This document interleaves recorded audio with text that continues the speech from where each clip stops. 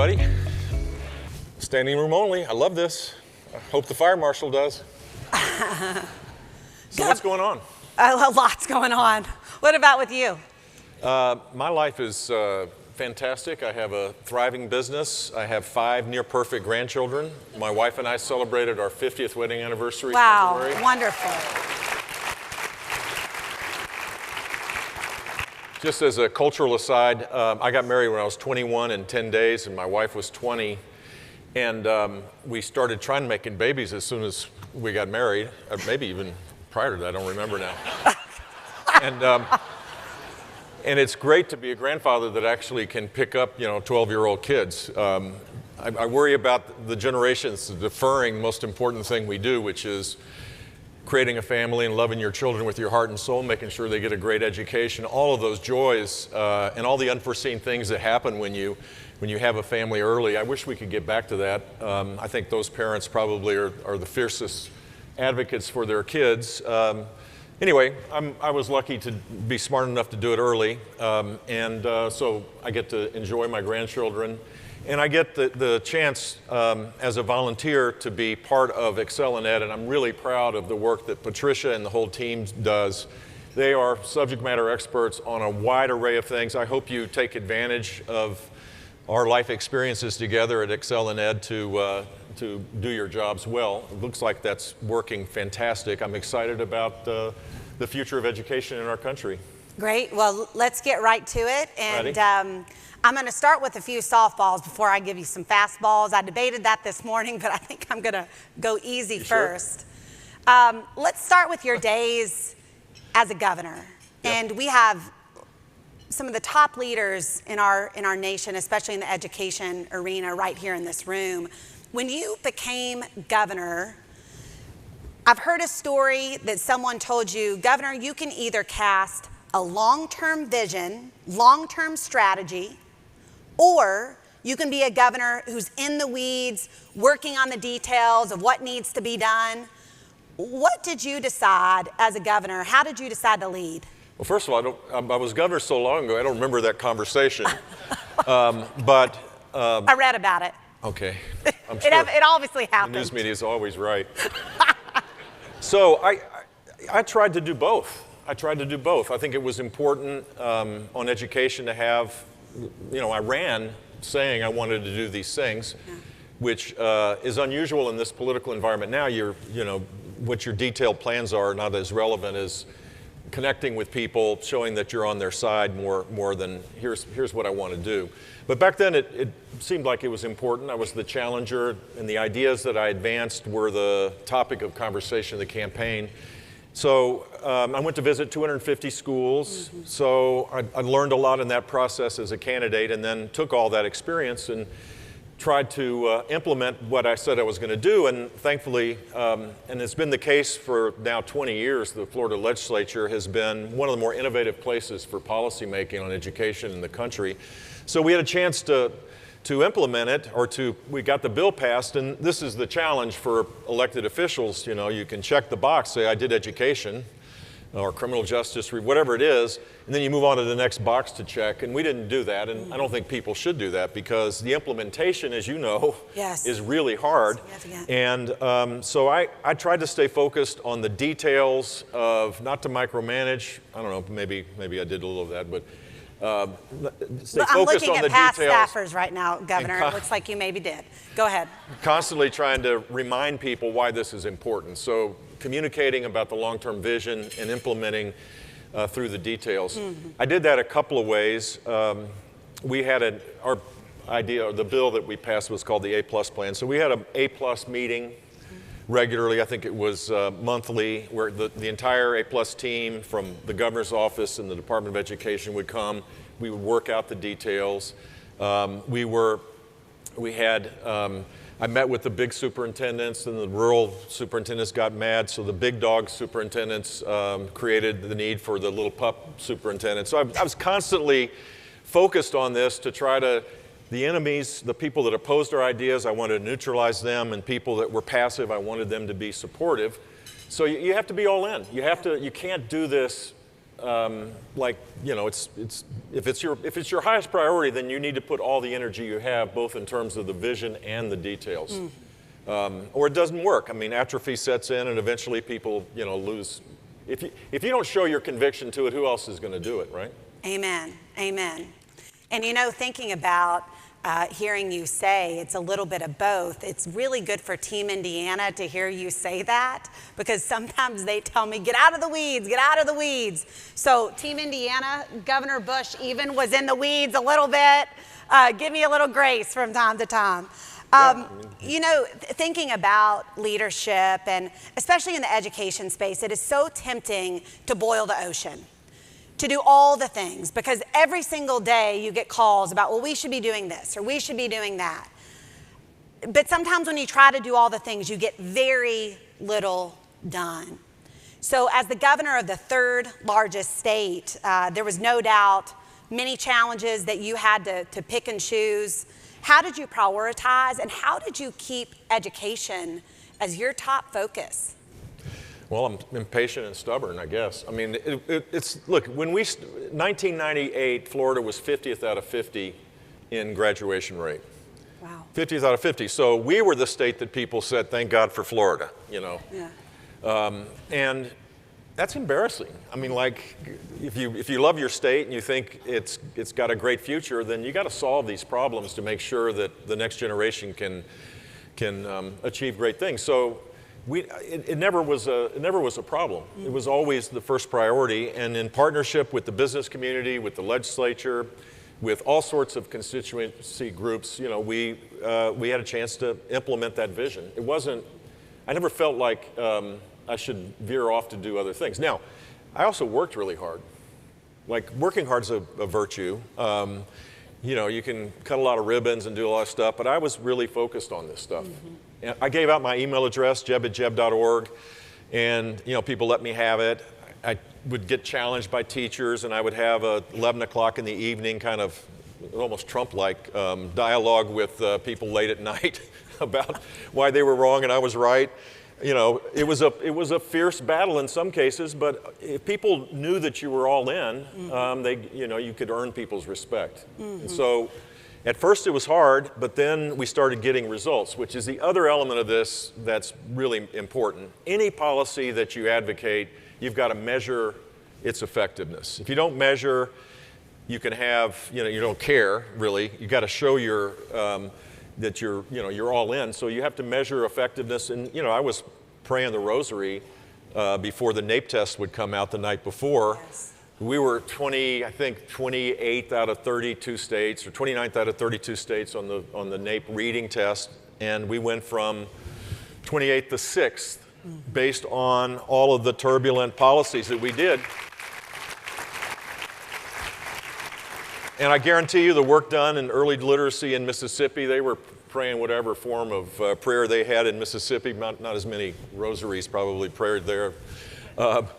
But nevertheless, you know, you've got to hope and pray that it works out, and you measure it, and then when it does, that gives you a chance to build on that success. So that's the other element of leadership, is success is never final, and reform is never complete. Any success you have gives you the chance to pursue another round of policy that you couldn't have done when you started. Yes. And if you keep moving up the spectrum of reform, you're going to get a great result. And which is why I love this, you know, the work here done by so many people across you guys are in it for the long haul, and you got to be.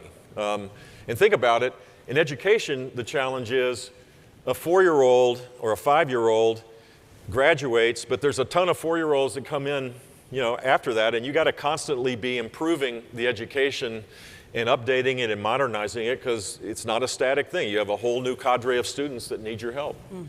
Yeah, absolutely.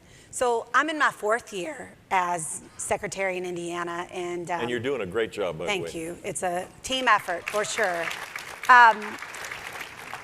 Before me, and some in the room realize this, Indiana always had an elected superintendent of public instruction. So I'm the first appointed by the governor. And just some context for everyone in the room, when you think about state chiefs across our country, about 1/3 of state chiefs are elected, about 1/3 are appointed by the governor, and about 1/3 are appointed by the State Board of Ed.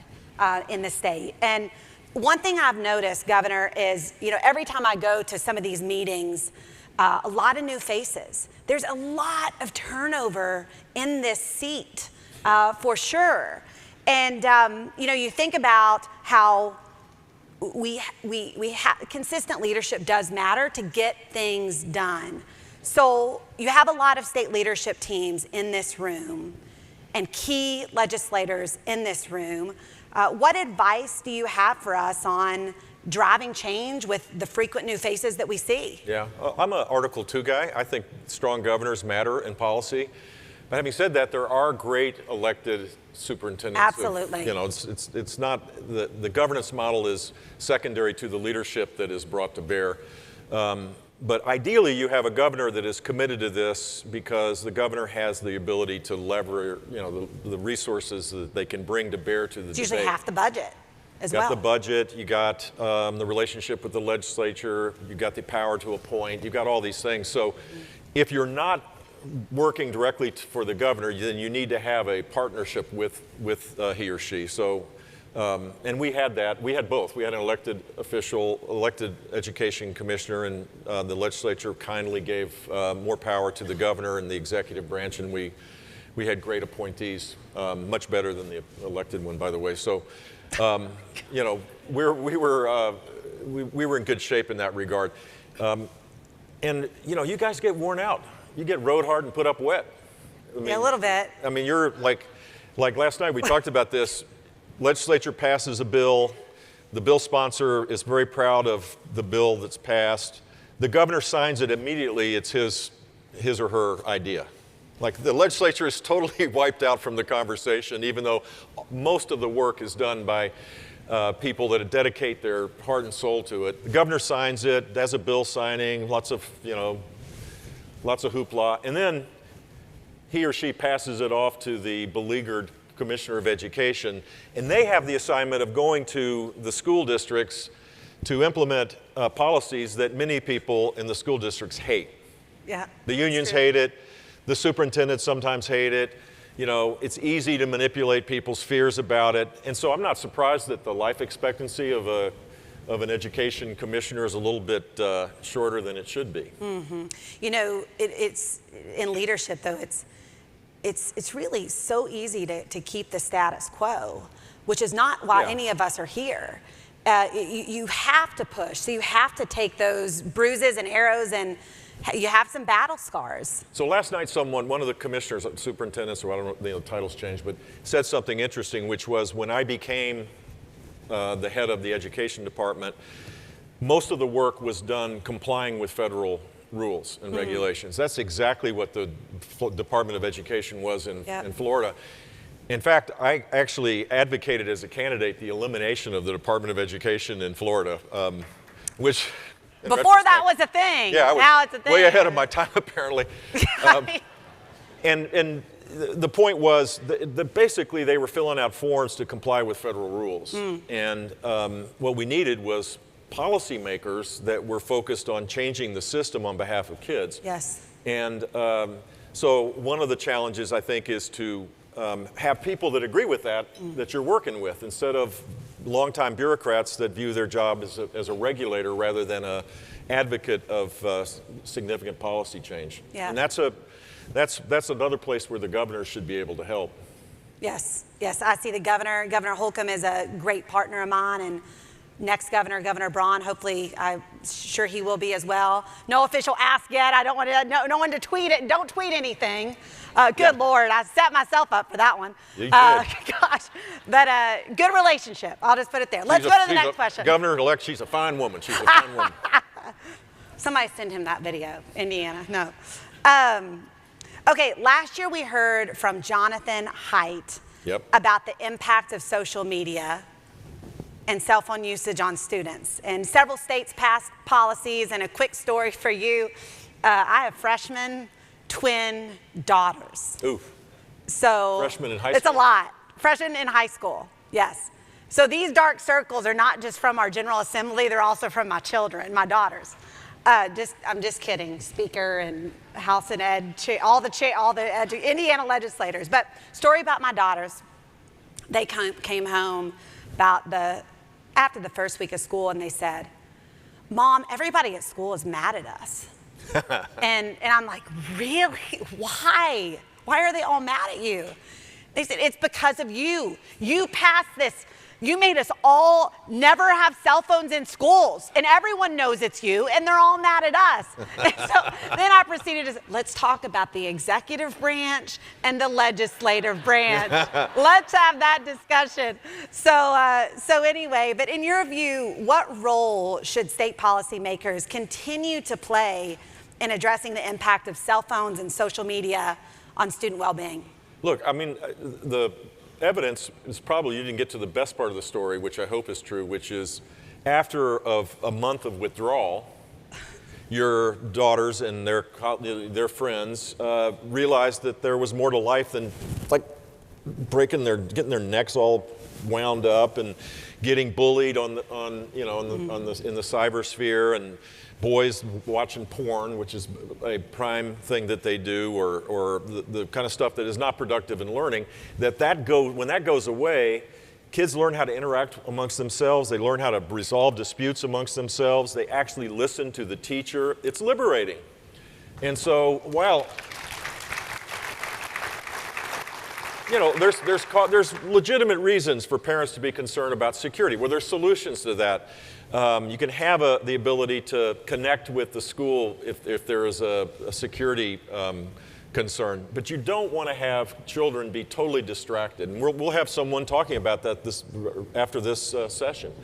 It is a huge problem for this generation, and Jonathan's research, I mean, the guy's a social scientist. He's not just opinion, making up stuff as he goes along. The fragility of the generation that is driven by social media and driven by access to these powerful computers that we all give our kids is really dangerous. Mm-hmm. And wait till they're 16 before they have a social media account. In Florida, the legislature, Speaker Renner, I believe, is here, led the way on this, and they passed a bill that said you can't get a social media account until you're 16. And all of a sudden, I started getting, because we've been advocates of this across the country, I started getting calls from friends that turns out were like working for Meta, principally.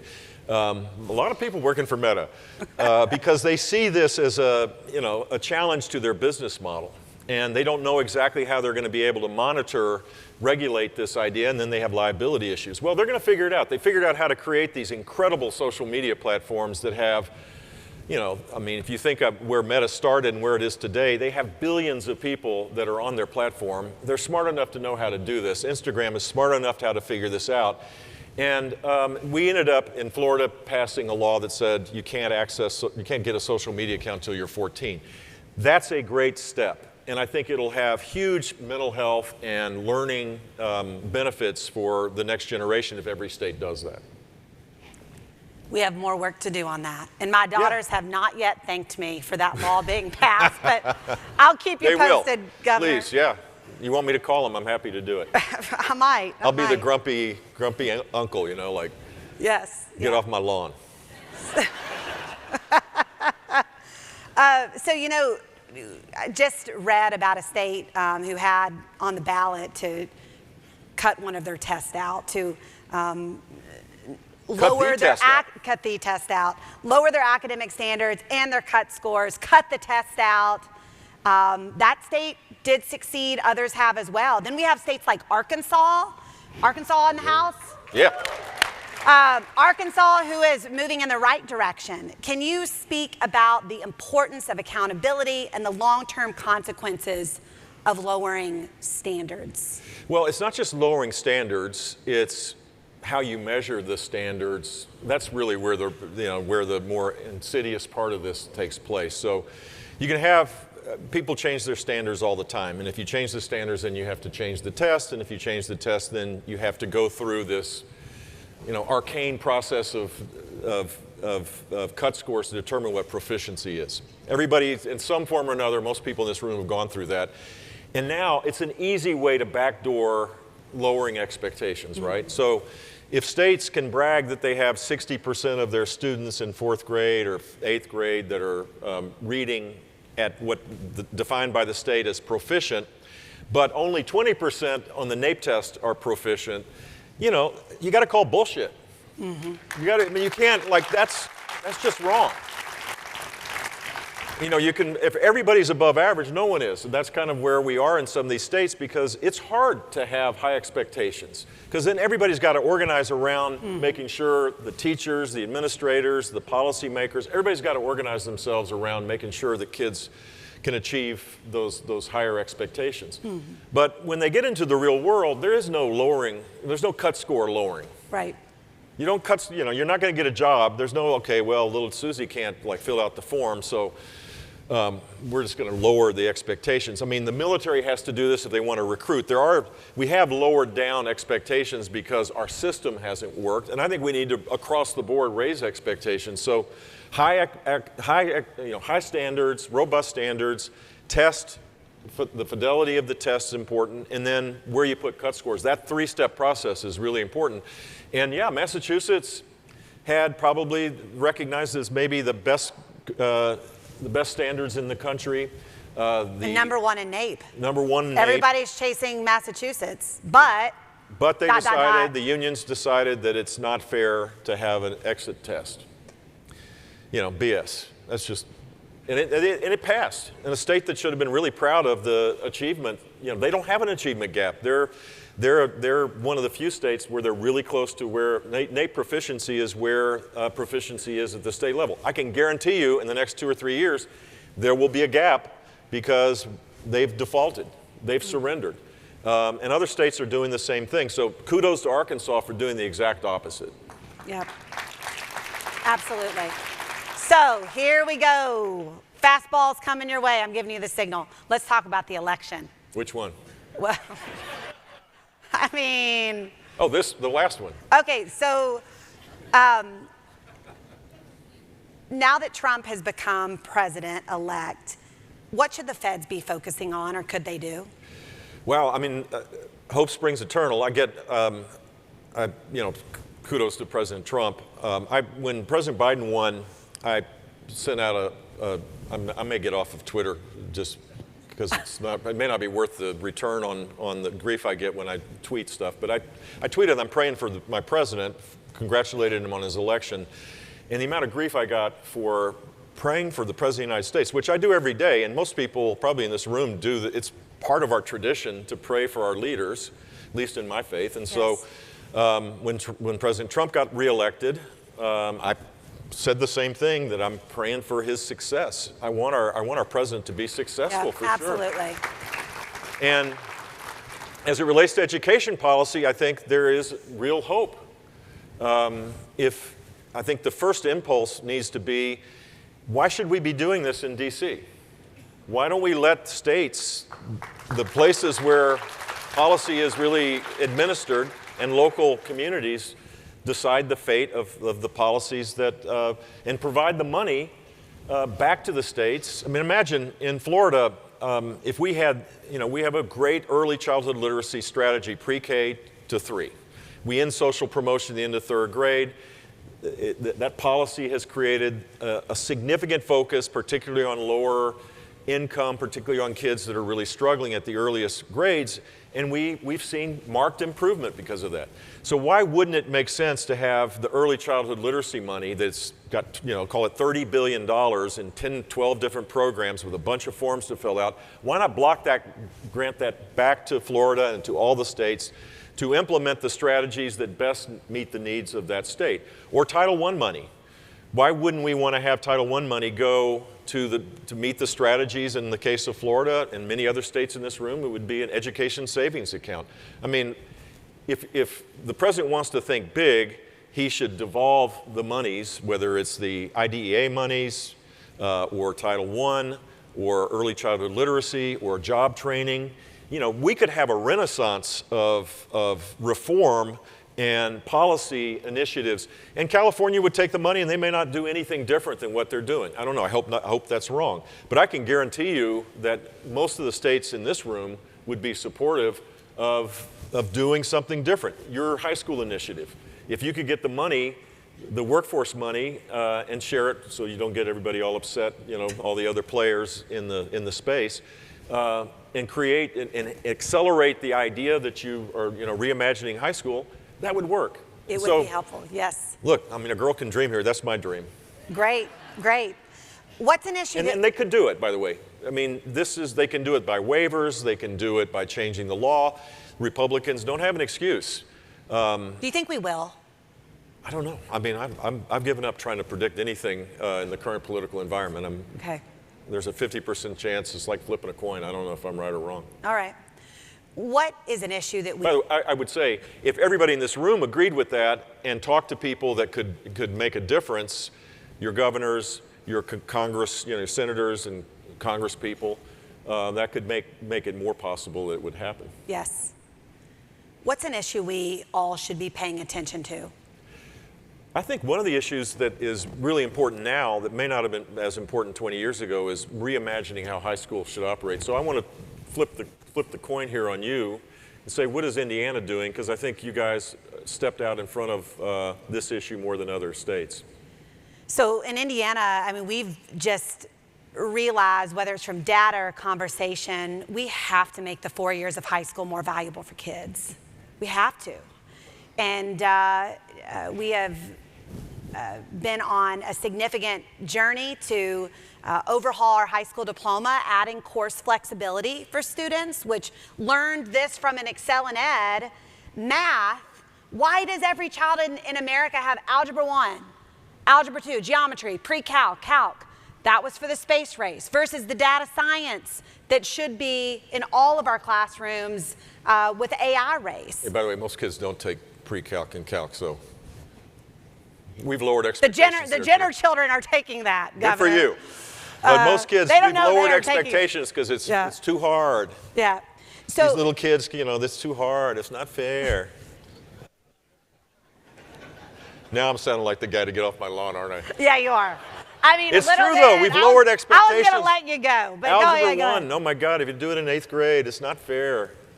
Like, totally. What is wrong with this is the greatest country on the face of the earth, and we act like we're a mid-level emerging country, in a different hemisphere. Right, right. So course flexibility is key.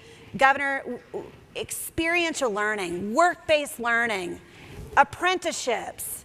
We should all have our foot on the gas pedal there. And by the way, it is tough. I mean, we don't enter a room where someone's like, meh, there's this barrier, this barrier, this barrier. I talked to Larry Garatoni from Indiana last night, and if we wait until it's perfect, we will never move. We have to be willing to not let the perfect get in the way of the good. And then the third big area is credentials of value. Across our country, many students are earning college credit, whether through AP or IB or dual credit, dual enrollment. But a lot of those are random acts of credit. Sometimes they transfer, sometimes they don't. And we are essentially analyzing, and I'm hearing someone in my mind say, be brief, be brief. Speaker Houston's probably saying that right now, but I'm gonna get to the point.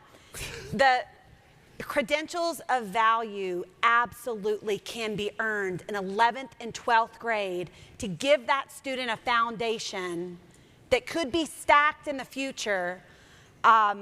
And we've got to be more intentional in our country to do that, and we're going to do it in Indiana. Yeah, I mean, other states are doing the same thing. Yes. Last night, the president of the Iowa Senate told me that a significant percentage of high school kids are getting college credit, and she claimed, of course, because everybody brags about their own state, that more kids graduate with an AA degree from high school from Iowa than the other state. It's not that hard to organize. You have to pass laws and change policy to make it happen. And you need to tear down the silos between community colleges, universities, high schools. It ought to be student-centered. Yes. We've done that more in the K-12 system, right, with empowering parents to make choices. And now we need to do the exact same thing so that those barriers, people always feel threatened by new thinking, but businesses are dying for this. Yes. Here's one good idea that the Bloomberg Foundation Philanthropies has been helping, and states could fill this role without them, which is fund high-performing charter management organizations' abilities to create on the hospital campuses a high-performing high school that allows for work experience in the hospital so that they can get the credentials you described for healthcare and a pathway to become a nurse that could get them, RN, then maybe right. BSN, and all the other, information. There's huge shortages in our healthcare system, and that's only going to grow. And so focus on relevant kind of learning for kids. It makes it more interesting for them because they're connected to what they think their future might be. So there's all sorts of really interesting innovations that are taking place. And the job of policymakers is to tear down the barriers that exist so that it can happen quicker and more organically. You know what I thought you were going to say? What's that? And I was going to be like, pump my arms. Well, but you didn't do it, so I didn't pump my arms. So I thought you were going to say, Governor, that not only should we do K-12, but we also have to start disrupting more quickly in higher ed. I thought you were going there, and we've got to go there. We're not going to go there today in 6 minutes and 4 seconds. Well, I think we need to fix our healthcare system too, but we don't do that at ExcelinEd. So it's, okay, fair enough. There's a lot of work to be done across the board. That's right. School choice. School choice remains central topic in ed reform. States across the country are moving to universal ESAs, but school choice is already being blamed for some of the exacerbated declining enrollment in public schools. What do you think about that pushback? There's always, people feel threatened instead of saying, let's embrace this. I mean, if you were a superintendent of a big district, every charter school you ought to embrace as yours. And every student that goes to a private school, you ought to figure out a way to embrace that. Particularly with ESAs where you can customize the learning experience, you should be a provider for all sorts of things that otherwise a kid couldn't access if they were homeschooled or going to a private school. You've talked about like physics or calculus. There's not a lot of calculus teachers or physics teachers, but there are in the public school system.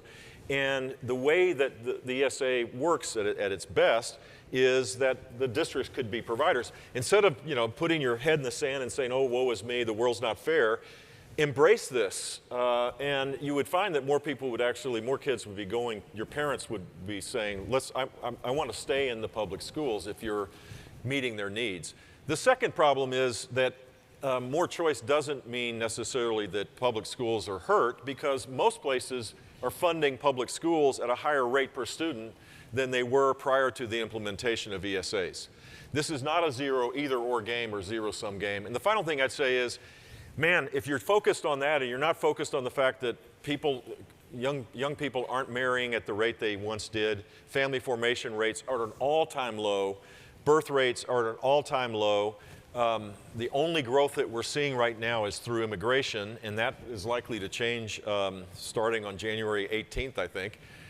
So we have a demographic problem of fewer and fewer students that are going to be in our systems. By the way, community colleges and universities will face the same thing. And so we need to be a lot more creative about this. What are public schools going to do? Are they just going to fight all the way to to the bitter end where they just kind of die? Or are they going to figure out creative ways to use this space to transform how they operate? And I hope, and we want to be partners with the communities that are really striving to innovate.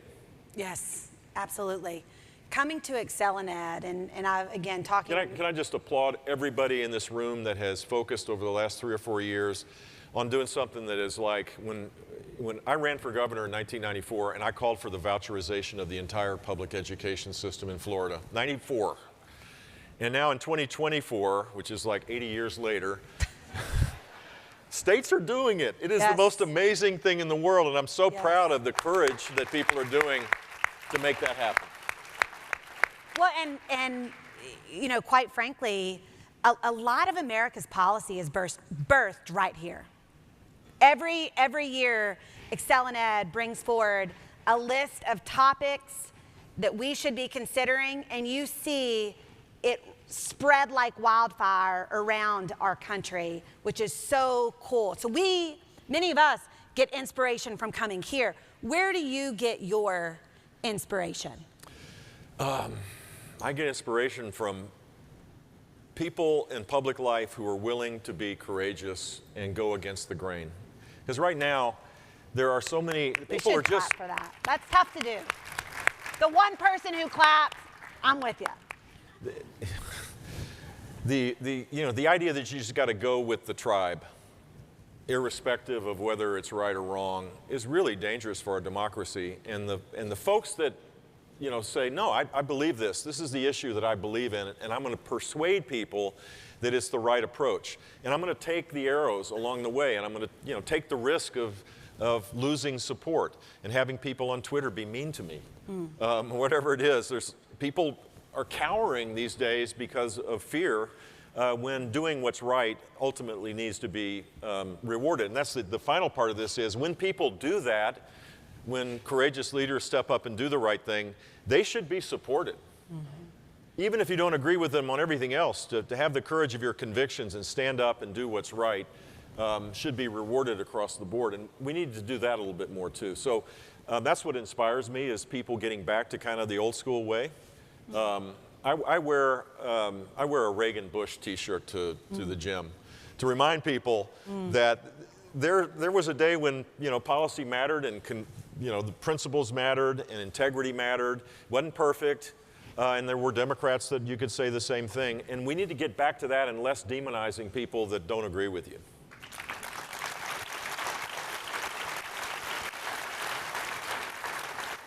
Governor. Anybody else got a Reagan Bush '84 T-shirt, the blue one with the? I have a fake Look at one, them. a remade. They're making a comeback. Kind. Governor, 30 seconds. One of America's greatest holidays is coming up, Thanksgiving. I love to imagine like what other people's living rooms look like on Thanksgiving. What does the Bush family do? We normally go to Disney. No, you don't. Yes, I do. I was not expecting and that. And I pay for it. You pay for it. Yeah, and I don't always go, like every session. I used to go every time. Man, it's hard work. I outsource that to the parents. But that's where we normally go. We spend 5 days at a place called Reunion, which are like 12-room houses that are designed for people like us that go to Disney. So is Thanksgiving dinner in like Epcot or what? No, we eat this massive house. So we cook our own meal. All right. That's good. Watch Very football. Very good. Well, friends, we are out of time, and we've got to keep this conference going. So thank you, Governor, for everything. Katie. Thank you. That was great.